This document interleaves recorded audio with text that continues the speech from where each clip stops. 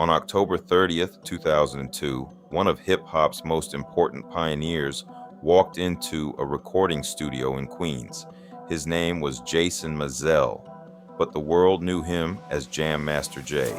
He was the DJ behind Run-DMC, the group that helped take rap from New York streets to MTV, arena tours, sneaker deals, and the Rock and Roll Hall of Fame. That night, Jay was inside his studio on Merrick Boulevard. It should have been a normal night, a studio session, friends around, music business, regular conversation. Then the door opened. Seconds later, Jam Master Jay was shot in the head. Another man in the room was shot in the leg. And one of the most famous murder cases in hip-hop history began. For almost 20 years, nobody was convicted. There were rumors, there were documentaries, there were names whispered in interviews. There were theories involving old friends, drug deals, industry politics, 50 Cent, Murder Inc., and the Queens street world. But no final answer. Then decades later, the case suddenly came back to life. Two men were convicted in 2024. One conviction was later overturned in 2025. And in 2026, a third man pleaded guilty and admitted he helped make the murder happen. So now the question is not just who killed Jam Master Jay. The question is, how did one of hip-hop's most respected figures end up surrounded by betrayal, fear, and silence? Before he became a headline, Jason Mizell was a kid from New York with music in his hands.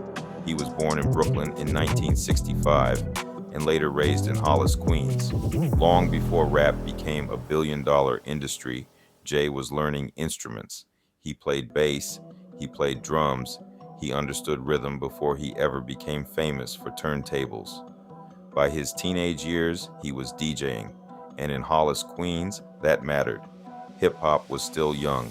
It was being built neighborhood by neighborhood, party by party, crew by crew. Jay eventually linked up with Joseph Run Simmons and Daryl DMC McDaniels. Together, they became Run-DMC. And Run-DMC did not just become successful. They changed the shape of music. They helped bring hip-hop to mainstream television. They turned streetwear into global fashion. Their sneakers became part of rap history. And when they crossed over with rock audiences, they proved rap was not a fad.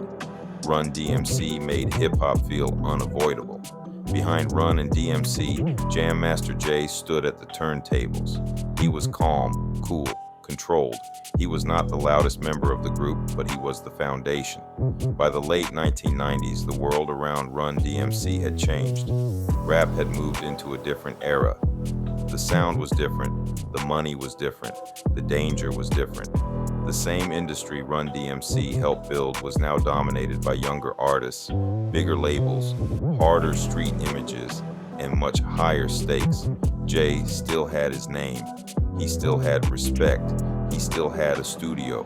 But according to later court testimony, he was also under financial pressure. And that is where the public image of Jam Master Jay starts colliding with the darker allegations that later came out in court. For years, fans saw Jam Master Jay as one of hip-hop's good guys. Run-DMC had carried an anti-drug message. Jay mentored younger artists. He was known as someone who helped people. So, when prosecutors later claimed that Jay had become involved in cocaine distribution, it shocked people. It did not fit the image. But true crime stories are rarely clean. People can be generous and still make dangerous choices. People can be legends and still have bills. People can be loved publicly and still be trapped privately. According to federal prosecutors, Jay was not described as some giant drug kingpin. The picture painted in court was different. Witnesses claimed he had gotten involved in drug sales to make ends meet. That detail is important because it changes the story from a simple murder mystery into something more complicated. This was not just about a famous DJ being killed. It was about money, pressure, trust, and people close to him who allegedly felt cut out of a deal. Prosecutors said Jay had been involved in a plan connected to cocaine. They alleged that Ronald Washington and Carl Jordan Jr. expected to be part of it. Washington was described as a childhood friend. Jordan was Jay's godson. That detail is what makes the case feel so personal. The government was not claiming that strangers came out of nowhere. They were saying the danger came from inside Jay's circle. According to prosecutors, Jay cut Washington and Jordan out of a drug transaction after a dealer objected to Washington being involved. That, prosecutors argued, became the motive. Greed, revenge, a deal gone bad. But proving that in court would take more than 20 years.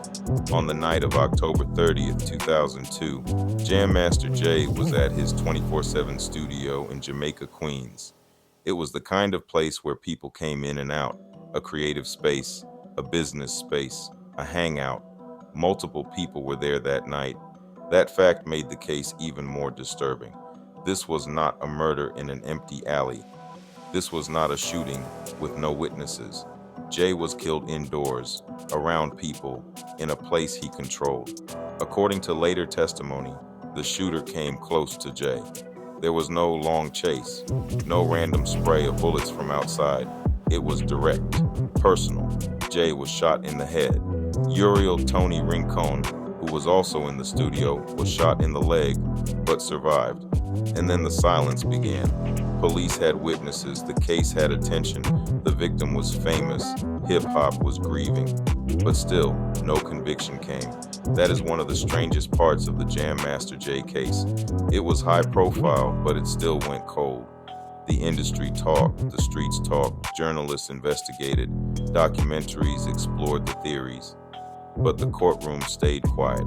For years, the murder of Jam Master Jay became part of a painful list of rap deaths where fans felt the full truth was missing, delayed, or buried under fear. Jay's case had another layer too. Unlike many unsolved murders, there were people inside the room. Someone had seen something, but seeing something and saying something in court are two very different things. After Jay's death, rumors moved faster than facts. Some people connected the case to 50 Cent. Jay had helped mentor 50 early in his career, and 50 had made enemies after releasing music that referenced real names from the Queens drug world. Because of that, some theories claim Jay was killed because he supported 50 when others wanted him blacklisted. Other theories focused on Murder, Inc. and figures around the Queens street scene.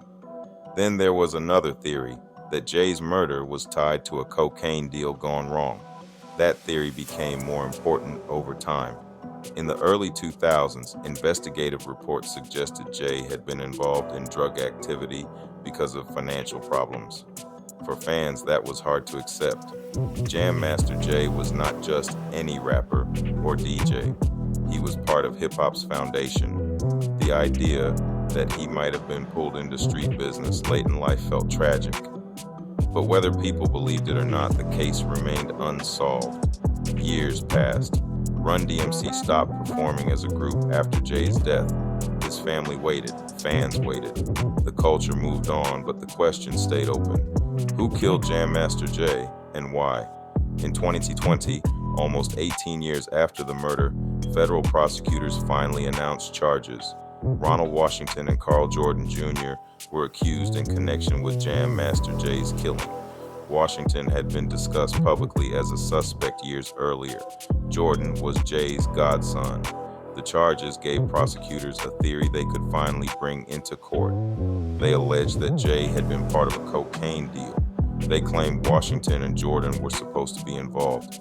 Then they were cut out. And because of that, prosecutors said they planned revenge. Both men pleaded not guilty. In 2024, the trial began in Brooklyn Federal Court. The prosecution told jurors that Jam Master Jay had been killed over greed and revenge. Witnesses described the studio, the people involved, and the fear that followed the shooting. One of the biggest moments came when Uriel Rincon, the man shot in the leg that night, testified. He identified Carl Jordan Jr. as the shooter. That was a major moment because Rincon had survived the attack and had been inside the room.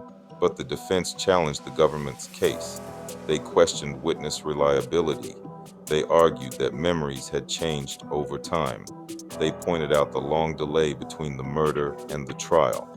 That delay mattered. 20 years is a long time. People forget details, people die, people change stories, fear shifts, incentives shift. Cold cases are difficult because the evidence ages with the people involved. But in February 2024, the jury convicted Ronald Washington and Carl Jordan Jr. For many people, it felt like closure. After more than 20 years, the case finally had a verdict. But the story was not over. In December 2025, the case changed again. A federal judge overturned Carl Jordan Jr.'s murder conviction. The issue was the federal legal theory. The conviction had depended on proving the killing was connected to a narcotics trafficking conspiracy. The judge ruled that prosecutors had not sufficiently proven that drug-related motive as it applied to Jordan. Ronald Washington's conviction was allowed to stand. That meant the case entered a strange place. One man's conviction remained, another man's conviction was thrown out, and the public was left trying to understand how a case could feel solved one year and uncertain again the next. Then, in April 2026, Jay Bryant changed the case again. Bryant was the third man charged in connection with Jam Master Jay's murder. Prosecutors had accused him of helping the killers get into the studio through a back entrance. For years, Bryant had been part of the broader case, but separate from the 2024 trial. Then he pleaded guilty. He admitted that he helped in the killing by letting the gunmen into the studio, knowing violence was going to happen. That admission matters. For decades, the Jam Master Jay case was defined by silence. Now, one of the charged men had openly admitted a role, not a rumor, not an anonymous source, a guilty plea. Even this did not make the case simple. Bryant's plea did not erase the overturned conviction issue. It did not answer every question fans have debated for years. It did not restore Jay's life or undo 2 decades of pain for his family. But it did confirm one thing clearly. The murder was not random. It involved planning. It involved access. And according to Bryant's admission, someone helped the killers get inside. That makes the betrayal even colder, because Jay was not just killed in a studio. He was killed in a place where someone had to open the way. The Jam Master Jay case is bigger than one murder. It is about hip-hop growing up under pressure. Run-DMC came from an era when rap was fighting to be recognized as real music. By the time Jay was killed, hip-hop had become one of the most powerful cultural forces in the world. But fame did not protect him. Respect did not protect him. Being a legend did not protect him from money problems, street politics, or betrayal. That is the uncomfortable truth at the center of this story. Fans often want icons to stay frozen in their best moments. The videos, the records, the awards, the classic photos. But real life keeps moving after the spotlight fades. Jay's death also shows why so many hip-hop murder cases remain difficult. There is fear of retaliation. There is distrust of police. There are witnesses who know more than they say. There are communities where talking can put your life at risk. And there is a music industry that often turns real danger into entertainment until the danger becomes too real. Jay's murder forced people to look past the mythology. This was not a rap lyric. This was a man shot in his own studio. A family left without him. A group that never really continued the same way. A community left with questions for more than 20 years. So where does the Jam Master Jay case stand today? Jason Mizell was murdered on October 30th, 2002. For almost 18 years, nobody was charged. In 2020, Ronald Washington and Carl Jordan Jr. were indicted. In 2024, both men were convicted. In December 2025, Carl Jordan Jr.'s murder conviction was overturned, while Ronald Washington's conviction remained standing. In April 2026, Jay Bryant pleaded guilty and admitted he helped the killers access the studio. So the case is no longer cold, but it is also not perfectly clean. That is what makes it so haunting. The truth has come out in pieces. A witness here, a charge there, a conviction, an overturned conviction, a guilty plea. A case that once looked forgotten is now one of the most legally complicated stories in hip-hop crime history. And through all of it, Jam Master Jay's legacy remains bigger than the case file. He was more than a victim, he was a pioneer. He helped make the DJ central to rap performance. He helped bring Queens hip-hop to the world. He helped create the blueprint for rap groups that came after him. But the ending of his life is a warning. Sometimes the people closest to a legend can become the most dangerous. Sometimes success does not erase old pressure. And sometimes justice does not arrive all at once. Sometimes it takes 20 years, 3 defendants, multiple trials, and a guilty plea before the world even gets close to the full story. Jam Master Jay gave hip-hop rhythm. His death gave hip-hop one of its longest-running mysteries.